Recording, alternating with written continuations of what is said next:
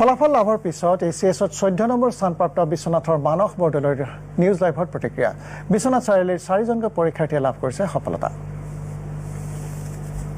পোনপ্ৰথমতে ধন্যবাদ জ্ঞাপন কৰিব বিচাৰিছোঁ সকলোকে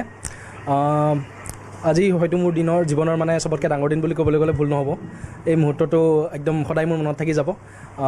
5 বছৰৰ এটা যাত্ৰা দুবাৰকৈ পৰীক্ষা দিলোঁ প্ৰথমবাৰ ক্লিয়াৰ হোৱা নাছিলে 2 নম্বৰবাৰত ইমান ভাল এটা সফলতা পাই পেলাই মই খুবেই সুখী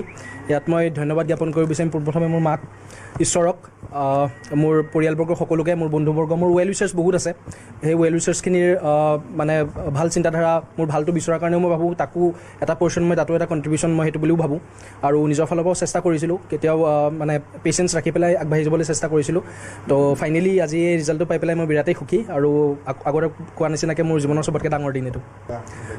মই 2016 চনত বিটেক কমপ্লিট কৰিছিলোঁ মেকানিকেল ইঞ্জিনিয়াৰিঙত তাৰপিছতেই মই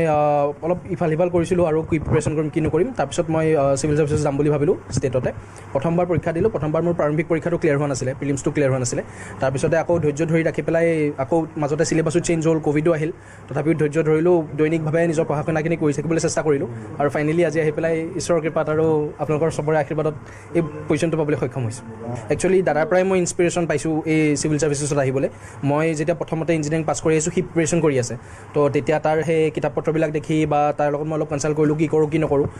দুদূৰ মুদূৰত আছিলোঁ মই কোনটো লাইনত যাওঁ তেতিয়া সি ক'লে যদি তোৰ এইটো মন আছে তো এইটোৱে বস্তু কৰ তেতিয়া মই অলপ পঢ়ি শুনি ইণ্টাৰেষ্ট পাই পেলাই তাৰ পৰাই মটিভেশ্যন পাই পেলাই মই এইটো লাইনত আগবাঢ়িলোঁ আৰু যিকোনো ক্ষেত্ৰত যদি অলপ মোৰ ডাউট আহে তাৰ পৰাই মই কনচাল্ট কৰি পেলাই সদায় হেৰি কৰোঁ তাৰ নাম দিৱস বৰদলৈ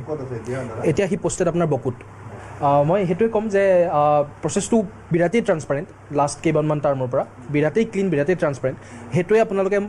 দেখিও গম পাইছে যে মই মিডিঅ'কাৰ ফেমিলি মিডিল ক্লাছ ফেমিলিৰ বিলং কৰোঁ চ' মিডিল ক্লাছ ফেমিলিৰ পৰা দুজন যদি ল'ৰাই নিজৰ চেষ্টাৰ বলত বা মেধাৰ বলত যদি এই কৃতিত্বটো লাভ কৰিবলৈ সক্ষম হৈছে তো আপোনালোকে তাতেই অনুমান কৰিব পাৰে যে প্ৰচেছটো কিমান ক্লিন আৰু কিমান ট্ৰান্সপাৰেণ্ট হৈ চলে আজিকালি চ' তাতে মই কমিশ্যনকে হওক বা গভমেণ্টকে হওক মই ধন্যবাদ জ্ঞাপন কৰিব বিচাৰিম যে APSC নিচিনা সংস্থা এটা ইমান ক্লিন কৰিছে ইমান ট্ৰান্সপাৰেণ্ট প্ৰচেছত পৰীক্ষাটো পাতি নি পেলাই আমাক সুযোগটো দিছে যে আমি চেষ্টা কৰি কষ্ট কৰি পেলাই নিজৰ ধৰক এই সফলতাটো অৰ্জন কৰিবলৈ